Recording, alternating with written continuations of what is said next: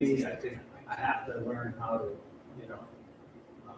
kind of filter those things out. But some examples of things I've done.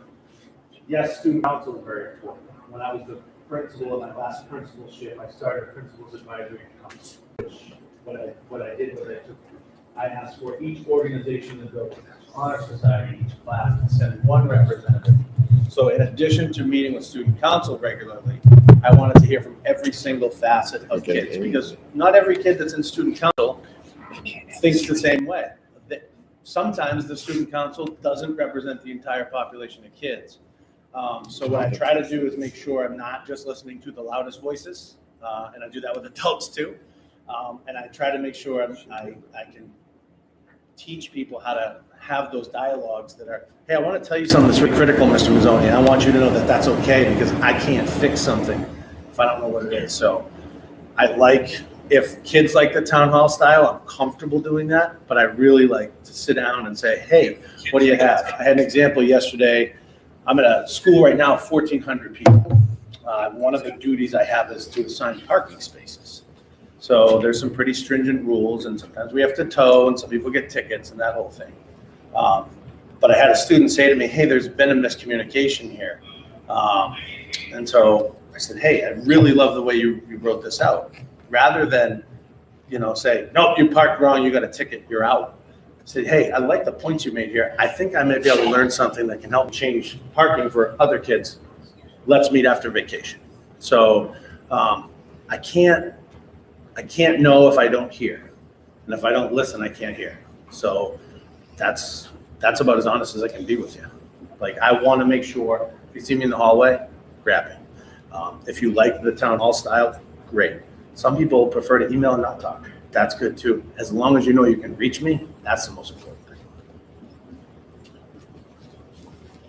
Yes. So following that, as a parent in the district, unfortunately, there's been many times that we have not felt heard when we bring a concern to the administration. How do you plan to communicate with parents that might have an issue that needs to be handled? So one of the things I've missed out on myself as a parent is I don't know that we've had the capacity, and it's happened in a lot of places, not just Epping, to have you in regularly. I think it's important to make sure that whether it's a coffee or a tea, whatever. I know some schools do that, during the day. That's really helpful. But I also understand, like myself, a lot of people in this town have jobs. So anything that happens between 8 to 2, we're on the outside looking in. So it's really important to me to make sure whatever we do during first shift also is done in an equitable way for people on second and third shift. So I like face-to-face, but I also think having those regularly, I call that strategic communication. Let's talk more often. Let's not just talk when there's a problem. Then a lot of times as administrators, we get in such a rush to fix or solve that we don't sometimes complete the loop and get back and say, hey, Mr. and Mrs. So-and-so, I got your concern. I just want you to know it's been resolved. I may not be able to tell you what the outcome was if it's personnel related or kid related, but I want you to know that I didn't just take your report and walk away. I've closed that loop.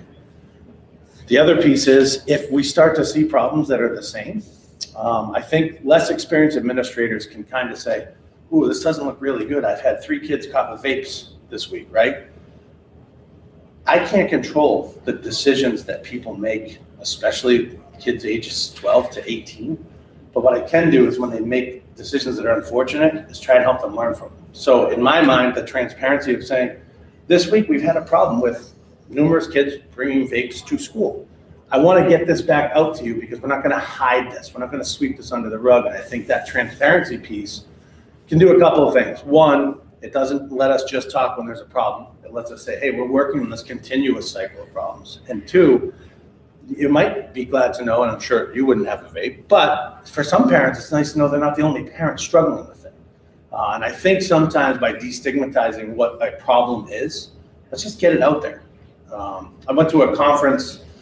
If you looked at my resume, it was a Deloitte Courageous Principals Conference, and I met these people from Texas. It was really funny. The guy said, you seem like one of those people that likes to put the dead skunk right up on the table. I didn't know what that meant, so I asked. And he said, we have a problem. Some people would take a dead skunk and bury it. I said, let's find out why this thing stinks. So I put it right up there and say, okay, how'd the skunk die? Who killed it? And how are we going to get rid of the smell? That's my MO. It doesn't work for everybody, but I feel like in a town like this, I appreciate honesty. So I feel like most people would want that from me. Yes. I'm just curious about your stance on discipline whenever you're facing that skunk. I mean, do you consider yourself a strong disciplinarian? How do you? I would say firm but fair. So I think to me, how I would explain that is there are non-negotiables. If it's a threat to school safety, there's usually 5 categories. There would be a crime, person-on-person crime and violence, drugs, anything that devalues individuality, anything about race, gender, sexual orientation, anything sexual in nature. Those to me are the very non-negotiables. And there's a way that we have to report those. There's a way we're obligated to report them to the police. And those aren't times when we can have missteps. Those ones have to be bulletproof. Violence, weapons would be another one I would put in there. There are other opportunities where your policy is the first thing you go to. Okay, so what does the policy say? Now we're sitting here and I will sit down with students, especially ones who are capable of understanding, and say, what's the policy say? So they start to learn, because even discipline is a learning experience. And I tend to start and move up the ladder. So, skipping class one time might be a conversation, but it's always letting you know. If I changed your kid's day because I pull him in the office, you're going to hear about it. And it might be, hey, I just wanted you to know I pulled Johnny in today because he's having a hard time getting to class, or said we'll have a conversation if it continues. But usually I like to get it early, and I do sweat the small stuff, because if you sweat the small, the big stuff takes care of itself. I don't believe in life sentences for kids who make a mistake that's small. I don't believe that if a kid made a mistake on Monday, that I got to remember that on Tuesday and treat him differently. He's got to start over again on Tuesday. We have to be sort of firm and fair, but also understand that between the ages of 11 and 14, the left and right hemisphere of the child's brain actually disconnects and starts to rewire itself. So we can hold them accountable for their actions, but with the understanding that we have to rewire the pathway for them so they learn what to do the right thing the next time. If it impacts the day of somebody else, that's non-negotiable. If your child is in a classroom and their behavior is so off the chart that other kids can't learn, that's going to be a different conversation, because we are here to learn. You talked about the experience in Newmarket, I think it was, about starting with, I'm just going to paraphrase, obviously, a low number of students saving the standard, let's just call it that, and the success you had. I don't expect you to go through the whole process, of course, for time reasons, but some of the highlights of how you were able to do that. So I think one of the most important pieces in Newmarket, which is similar to here, is there was a pride in the school community and the community itself. And it was important to have those conversations so I could say, hey, Bob, I know, we just saw each other at the dump, but I have to let you know that, this conversation with your child, so this is how it went. And I want to make sure that you know that we're on the same page. And I know that the values that you have for what your expectations are for your kid are the same. So that was the baseline, that we shared the same values and expectations for our kids. The next piece was the way we imparted is we really expected a lot out of the kids. And one of the common critiques I hear about standards-based reporting or competency-based reporting, and I'm not talking competency-based education, just the reporting aspect of it alone is people say things like, well, the homework doesn't mean anything anymore, or the formative doesn't mean anything anymore. When I was in Newmarket and everywhere I've been, I expect every product that a teacher gives to a kid is important, or we're not giving it to them. And I also expect that the responsibility needs to be placed more on the student for their own learning. So when I look at the competency-based grading piece, I've always been a believer in these are the standards, and this is how we know a student is ready to move on to the next thing. And this piece is how we report their progress as it goes against those standards or those competencies. What sometimes we miss the mark on is when we say it's a 90-10 between formatives and summatives. In a kid's mind, they go, it's only 10%, I don't have to do it, not important. Well, it is important. But we haven't put any weight or teeth to it. So one of the things I would do if we want to, as we continue what we're doing, is I look at a report card almost in 3 phases. So to be an honor student, you have to show propensity and ability as it relates to the standard. Doing your homework, meeting deadlines, making sure that you're studying, making sure you're an excellent person, that you treat each other kindly and with respect. Those are equal thirds to what makes you an honorable human being and an honorable person. So when those things have teeth and merit, kids start to take them more seriously. And I feel like sometimes kids look at, and competency-based grading is different. It's new for all of us. When they look at that, they're looking at the middle third. We're not looking at what's my responsibility or what is my responsibility as a family. I also think prior to the administration that's here now, as we rolled through some of these things, we missed an opportunity to engage families like we are now about what things are important. Is it important to you that your kids meet a deadline? I assume it is, but that's the common thing I hear when people say they're not into competency-based education. What I really think is we're not into competency-based grading, because in my mind, we always should have had an understanding of what we expected from all kids as it relates to content. We just haven't figured out how to report those other thirds, which are really important. But I do tend to put a lot of responsibility for learning on the kids. And right now, I think what we need to do is celebrate the small successes so they feel like those things are important. What would be 1 to maybe 3 major goals you would have coming into Epping on your first year? So if I were to give you a 100-year plan, the first thing I'd want to do, I always say this, visibility is credibility. It wouldn't be a great idea for me to come in and say, we got to fix this, this, this, and this, because I have 2 kids, right, that go here. It may only be their lens or my lens as a parent. I need to understand what these lenses are, what these lenses are, and what these lenses are. And then we come up with a plan. The easy ones are, I want people to feel really comfortable with me, and I want them to know that communication and dialogue can happen both ways respectfully, even if we disagree. I want people to come in and say, I really have a hard time with this, it doesn't make sense to me. Help me understand or make it go away. But we have to have those conversations. The second piece is, and I say visibility is credibility. When I come into classrooms, I don't want people to stop and go, oh God, the principal's here. I want them to be like, oh, he's here again. Let me keep working. Let me keep doing what I'm here to do. So I want people to know that there's another adult around who's going to hold them accountable, but is also going to be a safe person and a trusted person, and who's going to say the same thing here that I say in that room, or at the dump, or at Market Basket.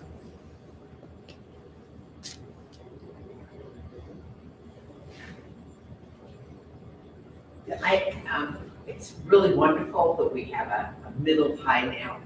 So let me just give you a scenario. An 8th grade student is bored as the devil in math class, comes home, says, Dad, Mom, I'm so bored, I know all this. His competencies, he meets them all, flying colors. What do you do as a principal when the parent comes to you and says, help me, what do I do with my son? That's a great question. And I think the 2 years, 3 years down the road answer would be, we would be in a place where we'd be able to flexibly assign kids based on where they are. If you're a stellar math student, then you should have access to the next level of the curriculum. If you are stellar in language arts, the same there. I think it's important to be able to have conversations that say, and there are kids who fall in this category, but I know from my experience in high schools, everyone wants all honors, all APs, all that. That's not realistic in a lot of cases. In some it is, but really saying to people, what's your passion? What do you want to do when you're done? And what's your next step? Let's personalize it for you. The shorter answer in the short term would be, what are the metrics by which we make the decision? So I think it's not the safest thing to go on a whim. If I, as a teacher, say, I really feel like Jen should go to the next class, and if I say, great, why? And they go, Dad, they work really hard. That's good, but is there an ability, is the ability commensurate with the work ethic? So I'd like to have some metrics. When I was in Newmarket, it was actually math. and it was always math. I want to go to the next one. So we would have either a teacher or a parent recommendation. We'd review whatever data points we felt, again, as a group, not what I felt were important. And we'd say, okay, based on what our metrics are, this child is a candidate to move up. If the metrics came, in a place that wasn't, wasn't a shoo-in, then you sit down again and say, okay, it looks like you're gonna have to work really hard to do this. But I'd rather have a kid work really hard to get a C in a very challenging class than to be bored getting an A in a class that they're wasting space in. So it's kind of a two-step answer, but a really honest one. What is a skill you want to see all students walking out of high school? Geez, if we could just empathize and understand. So I look at schools, I look at society like an airport. When you go to an airport, people are walking with rolling luggage, they're walking with matching luggage, or if you're like me, they've got a bunch of stuff stuffed in a bag and it's gonna be all wrinkled. But I try to tell people that analogy is you don't know what's in someone's suitcase. And so someone's psyche or who they are as a person or their life experience, we can't assume that we know that their suitcase is packed the same way. Some people may just have one shoe and a whole bunch of stuff, like I probably would, or my son probably would if he packed his own.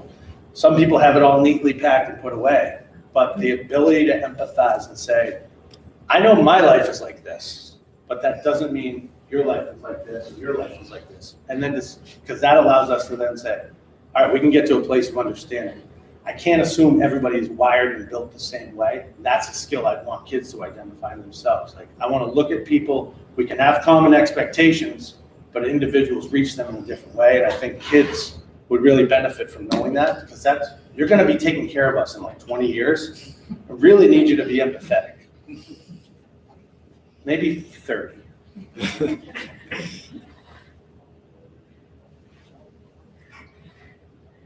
Any other questions for Chris? Crickets. All right, well, if you'd like to make your way over to the other candidate, please you can join that conversation, and I'm sure Chris will get some people joining him here as well. Maybe. Hi. How are you?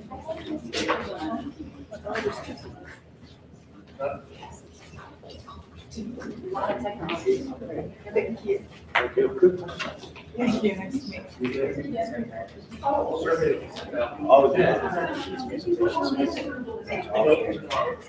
Putting all four videos and surveys together. Good. Thank you. Yeah, I did see that.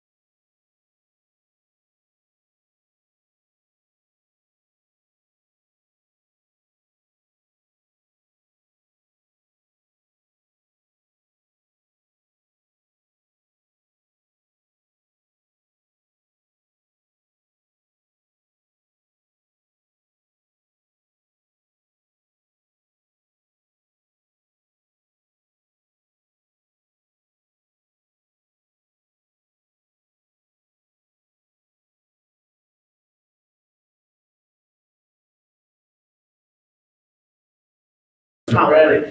There we go. All right, Chris is ready for any further questions from this group. If you'd like to ask Chris some questions. I did repeat some of the questions so they could hear on the microphone and they didn't catch it from over there. So. Perfect. Hi, everyone. Fire away. I could be like the teacher that calls on the kid that's not looking at me if you want. Is it bad if I can't remember your question from 10 No, I won't know it. So Yours was about SEL, no, yours was about UEL, and about how we move from UEL. Oh, that's right. Mine was about competency-based education. Competency, I'm just the rigor of new diplomas. Yeah, and SEL, so we've got new diplomas, competency, and SEL's got. You want to go round robin or just whip? Bethany, you always a wallflower, so maybe I should call on you first. Yes, okay, so with the new optional credits for different report cards and diplomas. Yep. Okay, how do you see the flow of that working in the high school, since that will be new? We have the 8th graders coming up, grades will be coming up. Maybe. What do you think of, I hope so, the community service that's added on to it? How would you help the rigor stay strong for those students and encourage kids to, I guess, go with them basically, or help direct them? So I like the question, and I'll sort of attack the 26 credit scholars pathway and the 20. I think it's important to note that a lot of times when we talk here, and I have experience in the Exeter district, Exeter's graduation requirement is 20 credits. So is Manchester's. So that is the minimum requirement for states for credits. So when I look at those 3 options, they're really individualized and personalized pathways. It's a really good step in the right direction. There should be rigor in all 3. Having a different pathway doesn't mean where, the word used to be dumbing down the curriculum or watering down the curriculum. So I would expect for the 20 path, every experience in the classroom needs to be rigorous, needs to be engaged instruction, there has to be a clear outcome and purpose. And we have to hold kids to high standards, whether they're going for 20 credits or 26. The top tier, actually I feel more comfortable talking about because when I was at Newmarket, we were 28.25 credits. And it was really difficult, but essentially it was the New Hampshire Scholars Pathway. So all of our top flyers are going to be New Hampshire Scholars as well, which is really important. And what that does on that end of things, it says, we're taking a 4th year of that science. So what does that put for responsibility on us as administrators and me specifically? I have to make sure that we are hiring high-level instructors who have intense content knowledge, but also understand pedagogy. I can't tell you, and I don't think there's a principal who can, that I have a handle on every single content piece that ever existed in the high school, but I can tell you I do have that when it comes to pedagogy. I know good teaching, I can evaluate good teaching, excellent teaching when I see it. So really to me, the content is sort of prescribed in a lot of ways, whether it's through next gen science standards. It's really the expectations that we have for how that's delivered. So there's a lot of responsibility on the teacher for designing lessons, but then there's got to be a lot of responsibility on kids to take control of their own learning. One of the things I talked about in the last group is with competency-based education, sometimes we get so focused, kids specifically, on, well, it's 90-10, summatives, and nothing else matters in their head. That's not true. And so one of the ways I impart that on kids is every single thing matters. So one of the knocks I hear when it comes to competency-based grading is, well, kids don't learn deadlines, they don't learn that homework is important and all those things. If the structures of how we report grades allows for that, then it becomes true. What I would push for is if the grade reporting was in thirds, I'll just use this as an example because I'm not a math guy. The content and how kids perform against the content and skills, that's reporting progress towards a competency or a standard. Meeting deadlines, making sure that you're able to collaborate, able to work in a group, able to settle conflict, able to present. Those are also important standards. Those are in a work habits rubric, or the other piece is your citizenship. How you treat one another. Are you able to communicate within a group and express yourself? Now, you can't be an honors student unless you're at an honorable level in all 3 of those areas. And the reason I like that is because it tells the kids who have a natural affinity for a concept or a skill that that's really important. But you're not an honors student until you can meet all of these standards. and until you can emulate this building like a sensible human being. So what I would do, the reason I say that is that then gives the responsibility to the kids, and now the other 10% things really do matter. Everything we do here matters, and if we send something home that doesn't matter, we should stop sending it home. Okay, I'm gonna go first before I forget my question. And it really wasn't about competency-based. But now it is. No, it's Oh, not. good. No, it's not. So you have lived in our town, you have watched our town as your children have gone through the school. Obviously, you learn things coming through an interview process that are different than what you might observe as a parent, right? What do you feel is most important to be working on? So what would be on your list coming in as far as something that's really important to be looking at and addressing and supporting? Epping Middle High School needs to be a stop, it needs to be a destination, not a stop. That is for Meaning us. like not leaving. Correct. Gotcha. Now, that starts with teaching. We have to make sure that the contract is up for discussion, and that's one thing we've done really well. We've always supported the teachers' contracts here in town. And that's vitally important, because we want to show people that are delivering instruction, taking care of our kids, that they are important, and we cannot do this without them, and that the work is important. Evaluating those people to making sure that good is still good and good becomes great. And if people aren't understanding or aren't able to reach the outcomes we've decided upon, they can go. That's okay. But once that happens, the quality of the outcomes is now here, and that's sort of the expectations of our kids. So now we're not looking, can I send my kid to such and such? Does this charter school have openings? This needs to be a destination, not a stop. And I think it starts with the course we set from the admin level down. We make sure that it's true in everything we do in our hiring practices. We make sure we keep and retain the really good people. We move the pretty good people to really good, and we move on from the people who aren't helping us achieve our mission. That's what's gonna do. Thank you. Sorry, Patrick. No, it's fine. I have a question about, like, how do you see, or I know you've had the 6 through 12 experience, and this is obviously our first year of 6 through 12 here in Epping, but can you just talk a little bit about some idea that you might have on how to, like, bridge that gap a little bit? I'm in a fortunate spot here, and because of the age of my children, Yeah.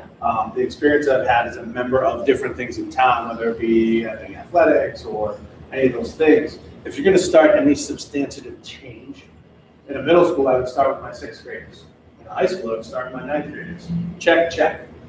That also means that for the 10th and 11th and 12th graders, I have to make sure that as little time as I have left with them, they get everything that they got. Anything new is gonna come up by attrition. 6, 7, 8, 9, and it becomes the way we do things, and it becomes the new norm, and it becomes a set of expectations for, heightened expectations. So that was a vague answer. Specifically, like I said, just the interactions that we have with one another. We get into a room as a group of adults and say, when we leave here, when the kids come back on August or hopefully September such and such, these are what our interactions are gonna look like in the halls. These are what our expectations are for civility, for learning, for how we will treat one another, for citizenship. These are the expectations we're gonna have. When you sit in one of our classrooms, it's not a passive experience. We're not waiting for the bell to ring to move on to the next thing. I actually really liked it when I was a teacher, when I'd have to keep kids out of my room. That's how you know you're doing something right. Not because they're a softie, but because they forgot the time was flying. So to me, I would start right there. Every experience during the day for kids has to be positive, and it has to be modeled for them. You can't say one thing and do another.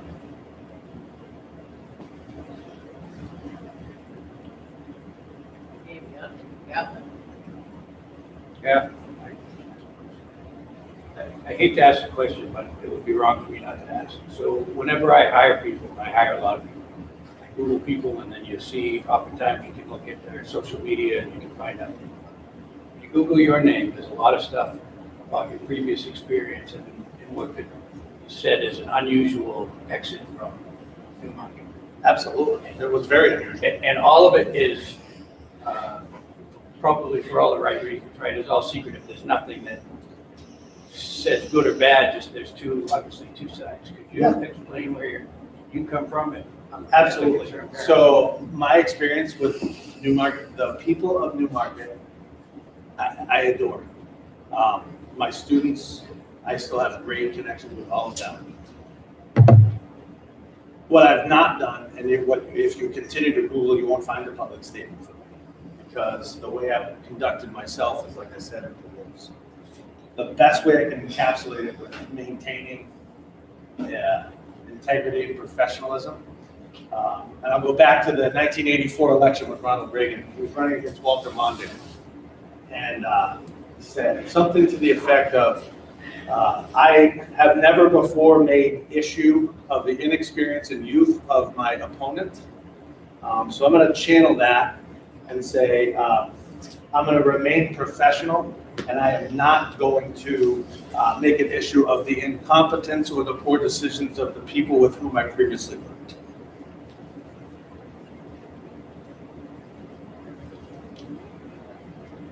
I'm going to crush this. There's no other way about it. I know what I'm doing. Some other people don't. I'm going to show you.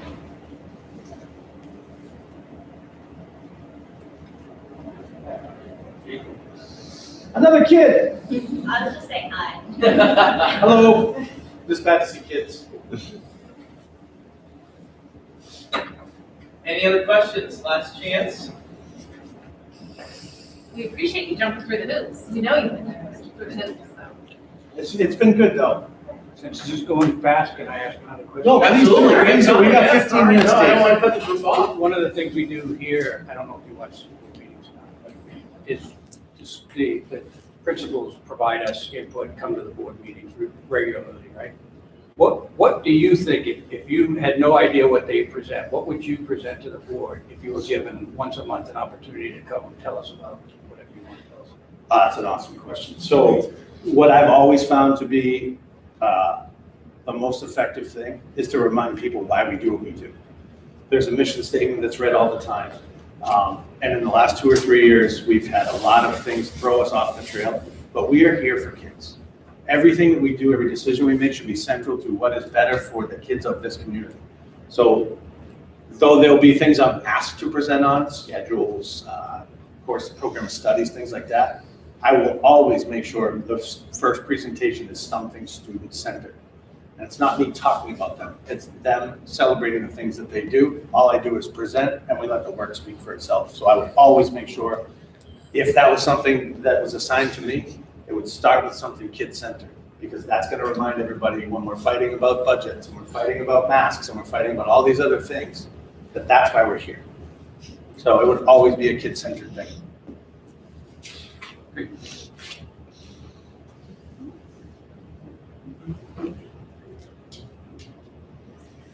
Can I take your turn? I know, right, yeah. You're sweating yet? Yes, you are. I've had some people ask, what would you change? Go ahead, Dave. No, go ahead. I've had people ask, what would you change? I don't know. I feel like I am what I am in terms of my own, how I would, now I'm a resident with a position that's pretty public, and that's not lost on me. Every single mistake that you make as a principal, you make in front of 10,000 people. And you have to live with that. You have to have broad shoulders, check, thick skin, check, and know that when I make mistakes, it's going to be because kids were the reason. I thought it was right for them. I was probably going 150 miles an hour. So I'll ask you another question since we got time. If you're good. So, and I'll ask it about Newmarket only because the position you're in now, you haven't been in for all that long.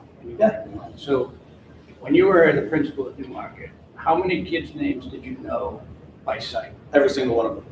I kept it. True? Within 3 weeks. That was one of the most impressive things that I saw when I came to Epping 25 years ago. The principals at every school knew every person.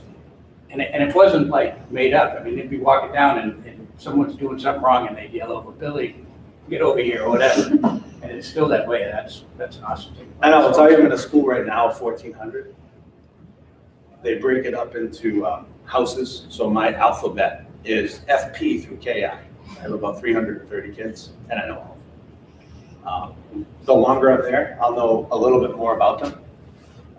And one of the things, since you referenced some of the social media stuff before, is if you look at some of the things that others wrote, that kids wrote and that parents wrote, that speaks to the essence of my connections with those people, the good people. I remember seeing a video, again here, at the kids' flea market, and there was a line of flea market kids coming to hug you. But that was a little awkward. Line That was a little awkward. It was sweet. Every single one of the whole place, I was like, oh my God. And then they did a drive-by at my house. And so what's really tough about that, Jordan, is, and I kind of get goosebumps now, is this work is not about us. It's about experiences we provide for kids. So when it turned around on you, it was super heartwarming, but super uncomfortable. I want to talk about them. That's what I get excited about. I take what I do seriously and do not take myself very seriously.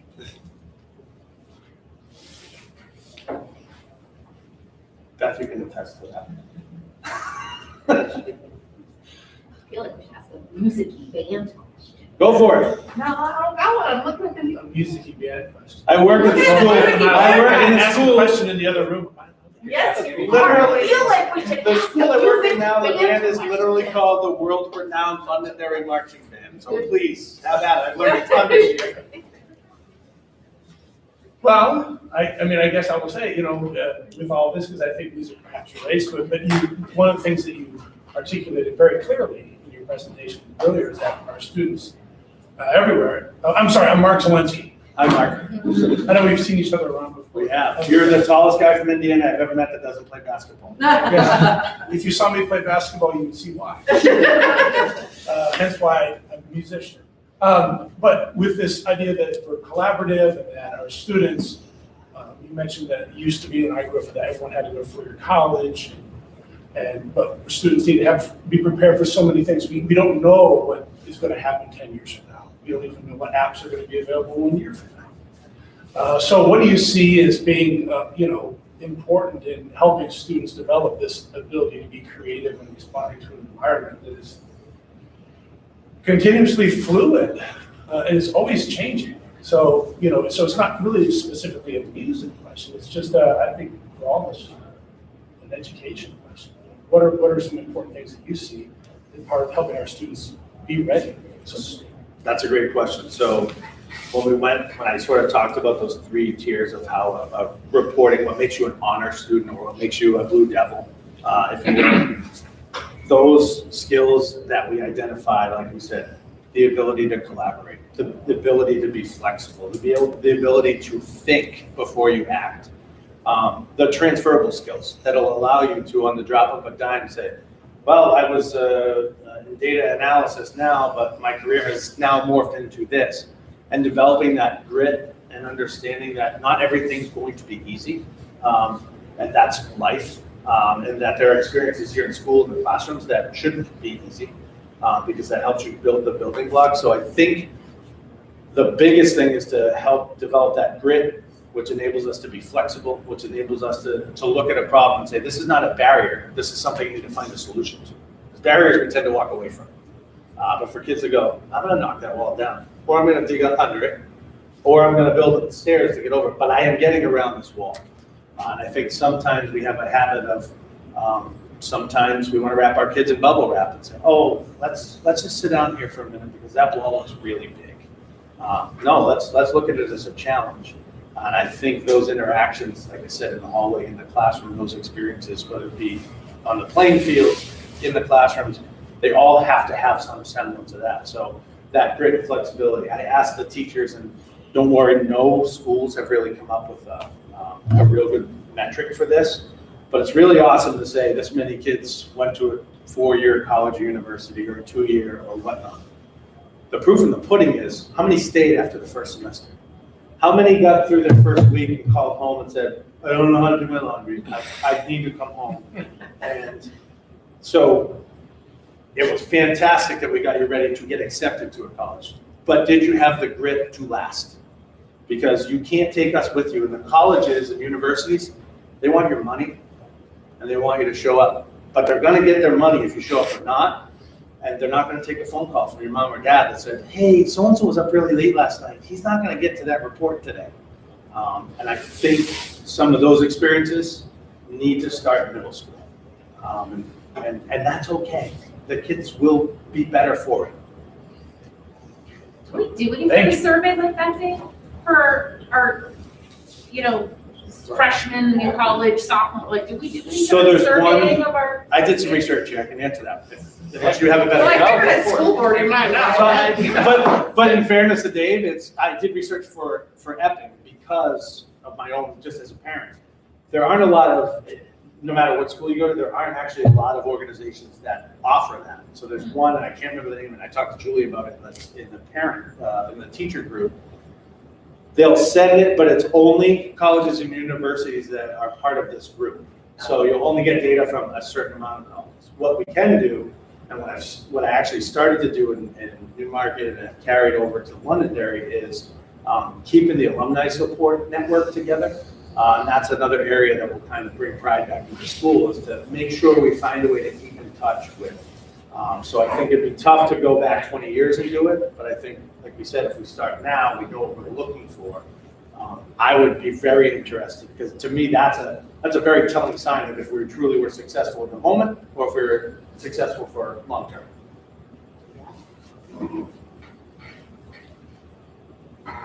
Yes. I've got a question that just came to me, and if your child is a senior or a junior, it doesn't matter what high school. But I'm curious to know what your thoughts were, even if anybody knows, you being a parent of a senior, or even Jay, you being a senior. If your child is going to go the college route, if the administration if they see some kids who are excelling, okay, what are the scholarship possibilities? How are we going to help this child get the scholarship? And what are they doing to process that? And I have no clue, even if that exists right now, or if that was done when you were at Newmarket. So every comprehensive high school I've been a part of does have some methodologies to do that. They depend on the school size and whatnot. One of the things we don't have here that we should develop is some of the community-based scholarships. I can remember at the baccalaureate nights when I was in the smaller town down the road there, we would give $30,000 to $40,000 in scholarships away just through the line, through VFW and things like that. So I think one piece is to start doing that networking piece, which again is why I think it's important to have a resident who's a principal. So that's really helpful. The other piece is making sure that there are opportunities. So we did not have, AP Physics. We're not able to offer it. So I was able to find through Boston University that they would do a satellite for us if we had a number of kids interested. And so what that did, it wasn't a scholarship per se, but it allowed those kids access to instruction through a physics professor at BU. So they were able to use that experience not only to get the credit, an AP credit, but also they could transfer that credit to other classes, similarly to dual enrollment. So scholarships, I think, are one piece, and making sure we're locked into both the community and the national ones. And actually, this guidance department is phenomenal. They do a really good job with that. But the other piece is to making sure that we can give opportunities like learning AP Physics through BU or dual enrollment that also lessens the cost of colleges and universities. So you're taking away some of the cost, or you're completing some classes, now that'll count as your English credit, that'll count as your poli-sci credit. So I like a combination in a town this small, because we don't have giant corporations. I think we should probably, we should need a Walmart a little bit, though. I think they've got enough tax breaks, they should start giving back. I'm all right pushing the envelope with some of those bigger companies, because they use our water, they use our fire trucks, and they use our police cars. So they should give back a little bit. I'm ready to go at that. Currently, the scholarships in place, we actually just got a big packet of a bunch of different local scholarships. And so I'll be going out those over break. And there's also some other scholarships. For example, Mr. Adams and Mr. Burgoyne, wrote a letter of recommendation for like a scholarship for a scholar athlete, and I actually received it. I don't know, I think I'm one out of like a few in the state. And then there's like another scholarship too that like all the teachers decide on, like the Daughter of American Revolution. Yeah. So I got that one too, and I bet there's probably some other scholarships that like teachers are like appointing other kids for as well.